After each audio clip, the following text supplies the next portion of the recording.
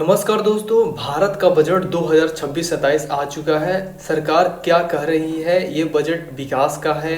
लेकिन सवाल ये है कि क्या आम जनता को क्या मिलेगा इससे? क्या मिडिल क्लास खुश है या निराश है? और आने वाले सालों में इसका असर क्या पड़ सकता है? देखिए, मैं ये बजट का जो एक्सप्लेनेशन है मैं कल भी ला सकता था, लेकिन आज लाने के पीछे ये उद्देश्य है कि मैं इसे प्रॉपर रिसर्च किया हूँ, उसके बाद लाया हूँ और कोशिश करूँगा कि कम से कम समय में इसे बता दूँ। तो देखिए, आज हम इस वीडियो में बजट 2026-27 का आसान भाषा में एक्सप्लेन करने का कोशिश करेंगे।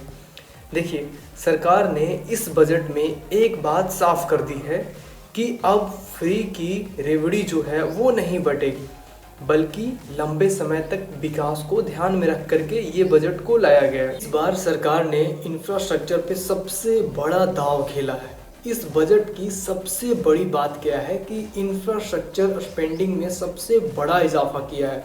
आपको पता होगा कि सड़कें, रेलवे, लॉजिस्टिक्स, इंडस्ट्रियल कॉरिडोर, इन सब में सरकार ने सबसे ज़्यादा खर्च किया है। इस बार नंबर 1 पे खर्च करने में है इंफ्रास्ट्रक्चर, सेकेंड नंबर पे है डिफेंस सेक्टर।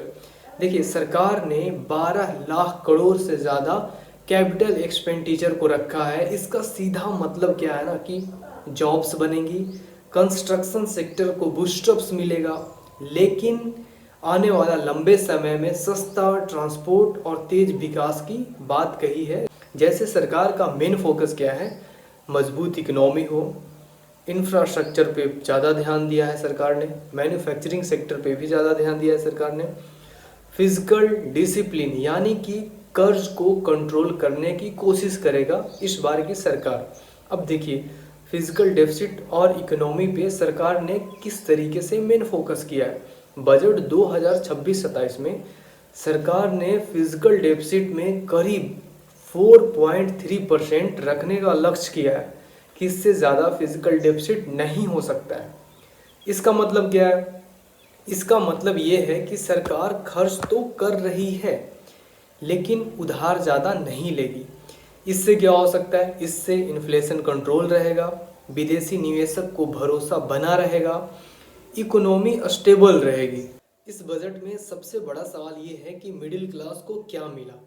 अब आते हैं सबसे अहम सवाल पे। देखिए, सच ये है ना कि इनकम टैक्स स्लैब में इस बार कोई बड़ा बदलाव को नहीं किया गया, कोई बड़ी टैक्स रिलीफ नहीं दी है। लेकिन सरकार ने ये बोला ना कि टैक्स सिस्टम को आसान बनाने की कोशिश किया जा रहा है। न्यू इनकम टैक्स की दिशा में सरकार कदम बढ़ाने की कोशिश कर रहा है। मतलब गवर्नमेंट का ये कहने का मतलब है ना कि इससे तुरंत फ़ायदा नहीं मिलेगा, लेकिन फ्यूचर में लॉन्ग टर्म में इसका फ़ायदा देखने को मिल सकता है। अब देखते हैं कि जॉब और युद्ध के लिए सरकार ने क्या किया है। सरकार का मानना ये है कि डायरेक्ट नौकरी देने से बेहतर है इंफ्रास्ट्रक्चर और मैन्युफैक्चरिंग सेक्टर को इनडायरेक्ट रूप से jobs banana.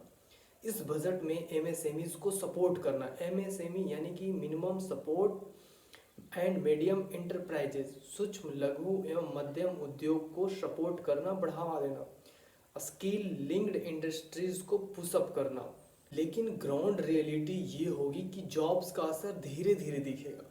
Health and social sector में इस बार सरकार ने क्या घोषणा की है? हेल्थ और सोशल सेक्टर में सरकार ये बोली है कि बजट में कैंसर मेडिसिन सस्ती करने की बात की गई है, हेल्थ केयर इंफ्रास्ट्रक्चर को मजबूत करने पर जोर दिया गया है।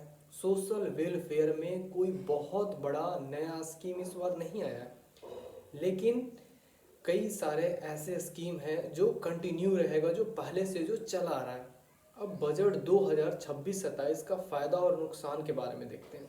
देखिए, बजट 2026-27 को ध्यान में रखते हुए बनाया गया है कि ये बजट लॉन्ग टर्म इकोनॉमी को स्टेबिलिटी लाएगा, इंफ्रास्ट्रक्चर को ग्रोथ करेगा, मैन्युफैक्चरिंग को पुशअप करेगा, ग्लोबल इन्वेस्टर्स जो आते हैं बाहरी, उनको भरोसा मिलेगा।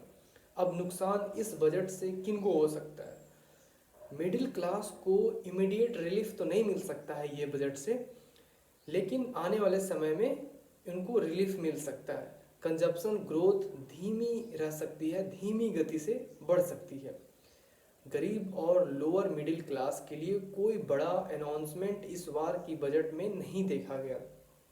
चलिए अब इस बजट का फाइनल निष्कर्ष पे आते हैं कि बजट 2026-27 कैसा रहा। देखिए, बजट 2026-27 एक विजनरी बजट है, लेकिन ये बजट इमोशनली नहीं है, ये बजट स्ट्रेटजिक है। कैसे? ये बजट आज कम फायदा देखने को मिल सकता है, लेकिन सरकार का ये दावा है कि आने वाले 5 से 10 साल में इसका असर देखने को मिलेगा। लेकिन अब सवाल आपसे है कि क्या आपको लगता है कि ये बजट सही दिशा में है?